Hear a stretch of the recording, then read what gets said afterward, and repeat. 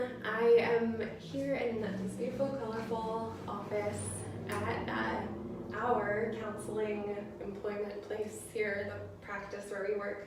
This is my dear friend Blake, who will be playing music for us this coming Wednesday. He's also a counselor and a poet and a musician and like I said, probably a lot of things I don't even... You leave it at that. He's also working through grad school, so this was a huge... He's almost finished with grad school as of the end, so this is a huge thing that you were able to do this for us, so thank you so much. It's a pleasure. Yeah. So, if you would, just tell me a little bit about I guess a little bit about your background as far as music, like how you became involved in music and how it became a part of your life, or if it was always a part of your life. Yeah. I watched some of the other videos and I think I'm going to be very different. I have no formal training, anything like that. I picked up guitar watching my dad play when I was in junior high, although now that I'm remembering, because I didn't prepare for this interview at all. I started drums. I have asthma, and so I couldn't play any horn instruments, and that's all we had. We didn't have any string or anything at my school I was at. So the director was like, "You're gonna play drums." So that's what I did. I started out with drums, and then kind of went to guitar, and then started playing drum set more, and went from there. So that's great. Yeah. Well, now you're employed doing music. Correct? Yeah, I'm a worship pastor at a small church in East Dallas, and I've taught lessons, drum and guitar, and I've been playing for a long time, but it doesn't feel like it. I think sometimes you wish you would have studied harder or played more, but it's okay.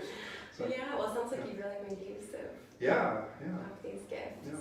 So that's really wonderful. Yeah. And actually, I didn't even mention, but you're not originally from Dallas. No, I'm from Illinois. Small farm town, 2,000 people. Wow. Drive our tractors to high school. So. Really? Yes. Wow. I wasn't a farmer. They said I was a city kid, even though I lived in town that had like 400 people. They all drive their tractors to school. It was insane. It was very different. Wow.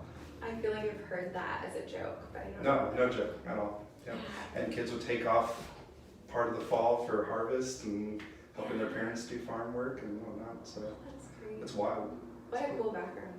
Yeah. That's really it's all right. interesting. We don't like it if we're from there. But right, of course. I've learned to appreciate it more being in the city and being around a lot of people. And I kind of miss the quiet and smallness. So yeah, you definitely don't get a lot of that in Dallas. No. Yeah.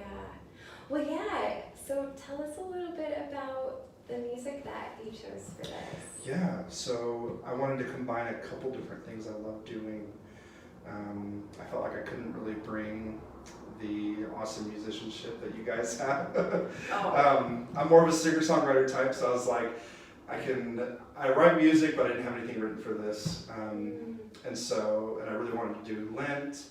I go to a theology school and love writing in the realm of theology, and so I was like, how can I combine that with poetry and then just kind of music and bring up songs that I like? So I kind of did the journey of Jesus as a reflection of the Christian life or life of belief. And then I used Henry Longfellow's A Psalm of Life. I don't know if you know that poem or know Longfellow.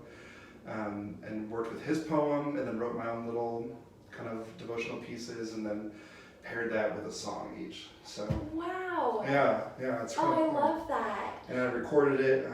Hopefully it looks good. I haven't edited the video yet, but we recorded at my church. Huge stained glass room in our narthex. Do you know that term? Wow. Yeah. Okay. I had never heard of it until I started working at this church, but so it's really cool. I did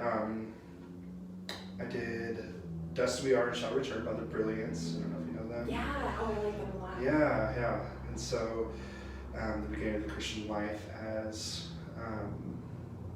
Ash Wednesday, right? Yeah. Dust we are and dust we shall return. So just knowing that we're created and looking at life in humility. And then Citizens by John Guerra, if you ever heard of him. And then Jesus, I Have My Doubts, John Foreman. And talking about, and really a lot of this is thinking about doubt and that being an integral part of faith. Yeah. And and that being every person's journey with whatever God, it's struggling with, is this real, and Yeah. kind of abandoning certainty and that being a beautiful thing. So, Absolutely. and then going towards one of my favorite bands ever, Light After Darkness by King's Kaleidoscope. So, Oh, I don't think I've heard of them. Yeah, That's exciting. so yeah, I'm just looking at how, I mean, it's right in the title, Light After Darkness, how darkness is an important opposite to what we find afterwards. And Yeah. being in the basement of life, of the darkness, and the grimy basement, Yeah. is important for understanding like how good faith can be. And Oh, I love Yeah. that. Being in that Yeah. grimy darkness is so important for understanding how Yeah. great faith can be. I love that, like just that sentence there. Well, we do it as counselors, right? We meet with people usually at their worst or at a really dark place in their life, Yeah. and our goal is to, at least I come from it from an existential place. I know you think about it like this too. We're going to use that doubt, that darkness, for something better than if they had never experienced that. It's not saying that that was a good thing that they experienced that, but it's saying we can make good out of anything. You know? So it's kind of just looking at the redemption story. So, Yeah. I mean, you have Jesus. I compare it to Jesus in the garden, and obviously being crucified, but then the Bible telling us that's the best thing Yeah. for, like, God turned it into a beautiful thing. We killed God, and then God made it awesome. Right. Essentially, you know. Right. Yeah. Almost like, I mean, it gets into a lot of the other things, but Yeah. just the idea of suffering Exactly. and how it's hard in the middle of it to see the hope Yeah. often. Yeah, it is. But then when you zoom out, I mean, even thinking about, you know, the apostles and Holy Week, even as I think Mhm. through, and there's a lot of moments of darkness and just Yeah. sadness, grief, despair, even, Yeah. and then to have that shattered and actually like accentuate, like you were saying, like Yeah. accentuate the piece of renewal Yeah. or rebirth.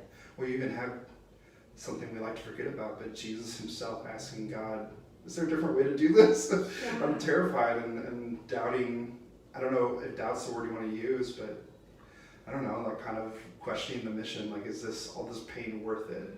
And I guess like what I always want to communicate when I talk about the gospel or Jesus or redemption is that it can be worth it. Like you can Yeah. turn it into something more beautiful than if you had not experienced it. So Yeah. it's kind of the direction I went with the whole thing. Yeah, I love the intentionality you put into Yeah, that, yeah. and I can tell that just on a personal level, you've experienced a lot of that, and so Yeah. the fact that you're able to use your experiences to bring that gift to Appreciate that. others Yeah. is just really beautiful. Yeah, that's the fun part of music, and for me, music is a therapeutic thing where each one of these songs is very personal to me. So I didn't just choose songs willy-nilly, but I chose songs that fit a theme, and I listened to them, and I'm like, oh, other people go through this, Yeah. which I think is just all the music, like Right. why it's so important to us. Right, exactly. We find out we're not alone in the world with our feelings, with our doubts. Yes. It makes the honest music is the best music. Yeah. So, It is. Honest music is the best music. I love that. And that's part of why I asked you to do this too.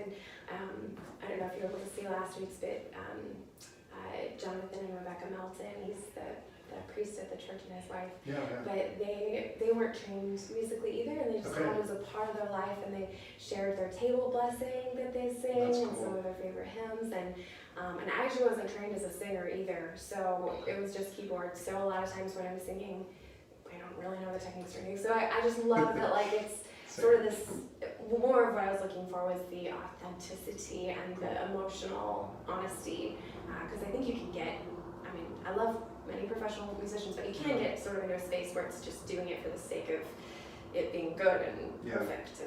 perfect as you, and that doesn't exist. But, Yeah. so really it was, I think this is perfect, and I'm so grateful Yeah. for you. Well, we can just call my mistakes authenticity. Yes, exactly. I love that's, that. That's redeeming a bad thing into a beautiful thing. Yes, it absolutely is. I know. Yeah. Well, thank you again, Blake. Yeah, I really of course. appreciate you. Yeah. So make sure to tune in or